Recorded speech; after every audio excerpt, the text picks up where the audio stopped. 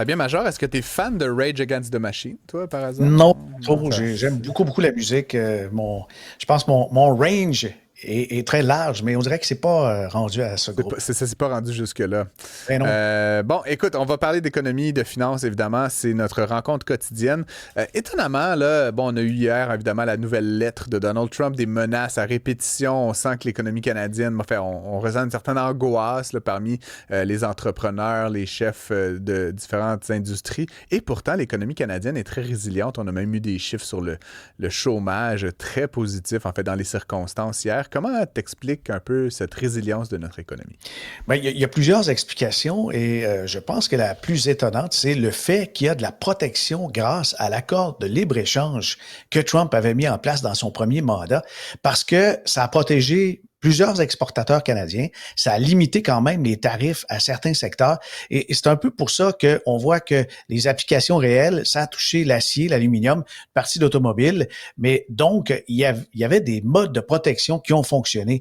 Et puis, le Canada a fait très, très vite et a réduit sa dépendance envers le marché américain. Hmm. Les exportations, j'ai vu que vers les États-Unis, ça a chuté fortement de 76 à 68% dans un an. Donc, le commerce avec d'autres s'est intensifié alors que ça commence. Mais le prix de l'or, il a beaucoup, beaucoup aidé parce que ça a contribué à avoir de très bons chiffres au niveau des exportations. La demande pour l'or, avec l'instabilité, avec surtout les menaces de Trump, ça a engendré comme réflexe pour plusieurs États d'augmenter leurs réserves d'or et nous, Hmm. on en exporte justement. Et puis la stabilité économique, ça c'est étonnant, tu en as parlé, les chiffres du chômage. Le chômage a baissé un peu de 7 à 6,9. La bourse qui fait partie de certains indicateurs, 9,3% depuis janvier, c'est 6 mois quand même. L'emploi reste stable, les ventes de détail ont augmenté un petit peu, 0,3. Le PIB n'a baissé que de 0,1%. Alors tout ça fait dire que est-ce le calme avant la tempête? Et puis il faut peut-être se protéger individuellement et de manière collective, mais il est clair que les applications, les effets réels des menaces de Trump n'ont pas encore fait plier les genoux de l'économie canadienne. Et donc, tu nous parles justement peut-être d'anticiper des moments plus difficiles. C'est vrai maintenant, c'est vrai à tout moment là, dans la vie et dans Ouais. l'histoire d'économie. L'économie, on le sait, ça a tendance à être plus ou moins cyclique. Parlons justement du point de vue individuel. Toi, évidemment, dans ton travail de tous les jours, tu accompagnes des gens dans leur placement, dans leurs décisions financières, dans leur plan financier. Qu'est-ce que les individus peuvent faire pour se préparer à des moments plus difficiles du point de vue financier? Ben, je vais t'étonner avec ma première recommandation. C'est une recommandation que je ne fais jamais aux clients parce que je me garde une petite gêne, mais là, en public, je peux le faire à toi. Prenez soin de votre couple. Ah ah! Oui, prenez soin de votre couple parce que économiquement, en couple, c'est sûr qu'il y a des économies d'échelle. Et puis, on dirait que de se parler et puis justement de faire des précautions économiques, de gérer ses finances un petit peu plus intelligemment, à deux, ça va beaucoup mieux et ça coûte moins cher.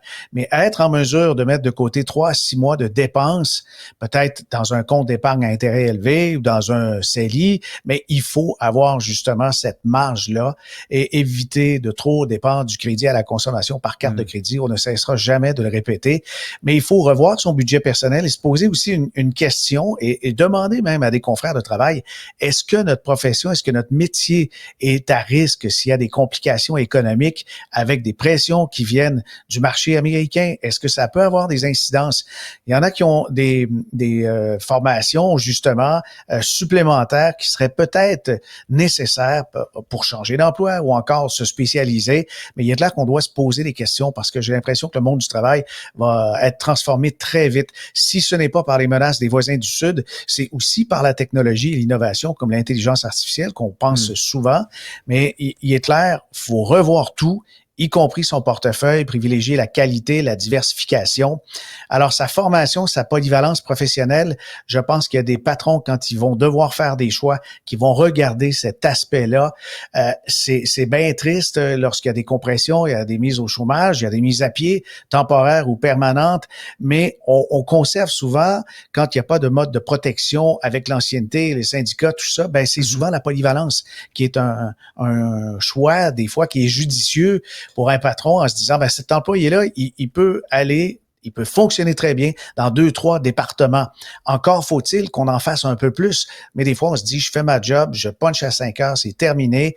Mais lorsqu'il y a des difficultés économiques, ça, c'est autre chose. Mais sa dépendance à un seul revenu, quand on regarde certains pays où ça a mal tourné, où il y a du chômage, il y a plus de chômage, eh bien, lorsqu'on a un revenu compensatoire, ben ça va un petit peu mieux. Puis les États-Unis ont été très, très forts après la crise de 2008-2009 pour avoir des revenus d'appoint et les gens disaient, mais il semble qu'ils s'en sont sortis très rapidement. Ben, il faut dire que plusieurs avaient 2 et 3 emplois parce qu'il n'y avait pas les filets de sécurité qui sont assez nombreux au Canada. Il y a l'assurance maladie, l'assurance emploi, il y a l'assistance sociale. Et ça, c'est sûr, ça fait toute une différence, je pense, au niveau société. Tout à fait. Donc, à deux, c'est mieux. 6 mois de coussin, faire son budget, comprendre sa business, puis être polyvalent. Je pense que c'est une bonne façon de se laisser pour méditer là-dessus un vendredi. On verra bien ce que Donald Trump nous emmène la semaine prochaine. Mais entre-temps, je te souhaite un très bon week-end, Fabien, puis merci d'être avec nous tous les jours. Toujours très intéressant de t'entendre. Bon week-end.